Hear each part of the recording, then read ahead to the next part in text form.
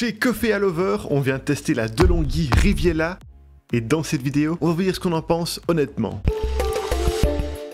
Et si ce produit vous intéresse, sachez qu'on a mis un lien avec son meilleur prix juste en dessous de cette vidéo. Cette machine à café a des dimensions relativement compactes de 43 par 24 par 38 cm, mais un poids élevé de 9,7 kg. Son contour d'alimentation mesure quant à lui 120 cm. Son réservoir d'eau est un peu plus petit que la moyenne, avec une capacité de 1,4 litres. Il est placé à droite de la machine et il faut le saisir par le dessus pour le retirer. Ce qui rend cette Riviera spéciale, c'est la présence de ces deux bacs à grains pouvant contenir 250 grammes chacun. Grâce à ça, vous pouvez varier le type de grain de café que vous voulez utiliser selon vos envies. C'est très pratique dans les familles quand certains préfèrent des cafés plus corsés et d'autres veulent un café plus doux.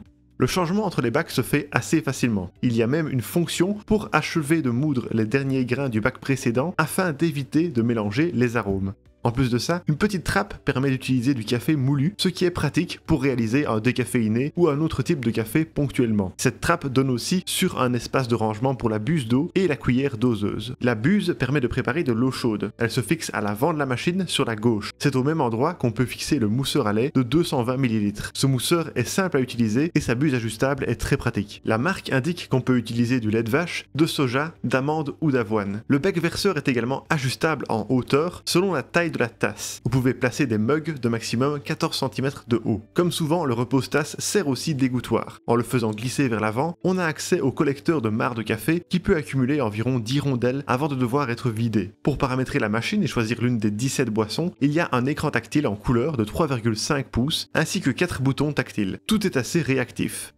Globalement, nous avons jugé l'utilisation de cette machine très simple. Pour en finir avec le design, notez qu'une bandelette pour tester la dureté de l'eau et un filtre adoucisseur sont fournis dans la boîte. Voilà pour le design, passons maintenant aux fonctionnalités et aux performances. À l'allumage, la machine réalise un pré-rinçage pour préchauffer qui consomme 30 ml d'eau, ce qui nous a semblé beaucoup. De plus en plus de machines récentes ne font plus de rinçage à l'allumage pour économiser un maximum d'eau. La Riviera peut enregistrer 4 profils utilisateurs afin de garder en mémoire les préférences de chacun. Les boissons peuvent être réglées sur 4 longueurs différentes, S, M, L et XL. Il y a également 5 niveaux d'intensité. La fonction My permet aussi de régler exactement la quantité de boisson que vous souhaitez. La nouvelle boisson est alors uniquement enregistrée sur le profil désigné et ne change pas la quantité sur les autres profils. La finesse de la mouture se règle sur 7 niveaux par un curseur présent à droite du bac à grains. La marque recommande d'opter pour le niveau 5, ce que nous avons fait. La technologie Beam Adapt permet de configurer au mieux la machine selon le type de grain que vous avez et selon le degré de torréfaction via 4 niveaux de couleur. Cette technologie s'applique exclusivement à l'expresso. Dans le coin gauche de l'écran, vous avez aussi accès à la programmation de la routine café. Cette fonction permet de faire apparaître certaines boissons plutôt que d'autres en fonction du moment de la journée. Par exemple, de l'espresso le matin, le café à midi et le cappuccino dans l'après-midi. À la fin de la préparation du café, la machine propose de réaliser un extra shot qui allonge la quantité d'eau dans le café. Cette fonction doit être arrêtée manuellement lorsque vous êtes satisfait de la longueur de votre boisson.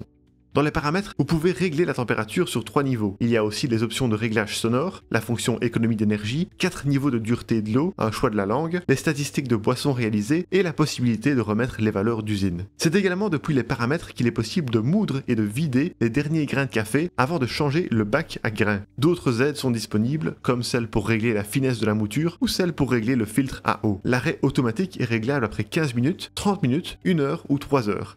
Au total, 17 boissons sont disponibles, 3 boissons froides, 6 boissons chaudes et 8 boissons lactées. Seul l'espresso est disponible en double. Lors de la première mise en route de la journée, il faut compter 1 minute et 8 secondes pour que la machine s'allume, réalise le pré-rinçage, puis fasse un expresso. C'est plus rapide que la majorité des modèles que nous avons pu tester. Voici les résultats que nous avons obtenus pour certaines des recettes en utilisant leur longueur et intensité de base. Pour l'espresso, ça a pris 34 secondes. Pour le café, 1 minute 2 secondes. Pour le cappuccino, 1 minute 20. Et pour le latte macchiato, 1 minute et 30 secondes.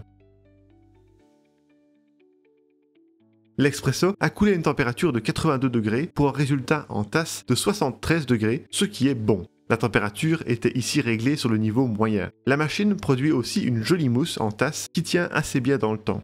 Lors de nos tests de dégustation, nous avons trouvé que le café avait un bon goût, équilibré et pas trop acide. La machine dispose de la fonction aroma qui fait infuser le café plus longtemps avant de l'extraire pour offrir un meilleur goût. Bien sûr, les arômes sont toujours moins développés avec une machine à grains qu'avec une machine à expresso. Le mousseur nous a permis de réaliser des boissons lactées sur 3 niveaux de densité de mousse. Pour le latte macchiato, la machine recommande d'utiliser le niveau de mousse moyen et utilise 2 barres de lait complètes du réservoir. Le cappuccino se prépare quant à lui avec une mousse plus dense et consomme 1 barre de lait. C'est très efficace et simple à utiliser.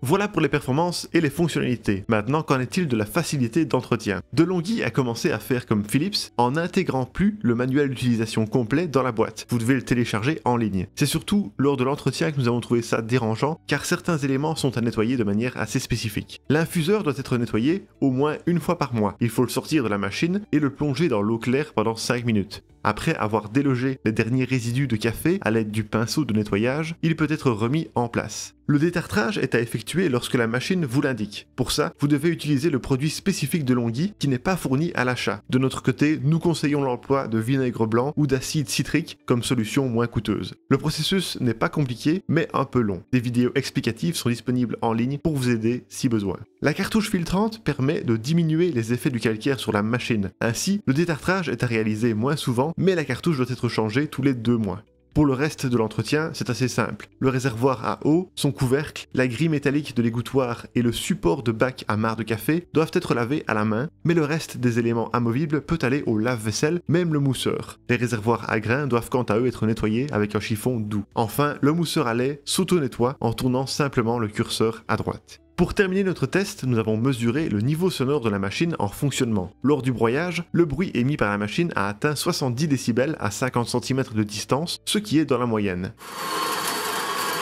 Le bruit baisse à 54 décibels quand la machine fait couler le café. Le mousseur à lait est un peu moins brillant que la moyenne. La majorité du temps, il n'a émis que 50 décibels. Il y a juste eu un pic de moins d'1 seconde au début du lancement qui a atteint 69 décibels. Globalement, c'est donc très raisonnable pour ce type de machine à café.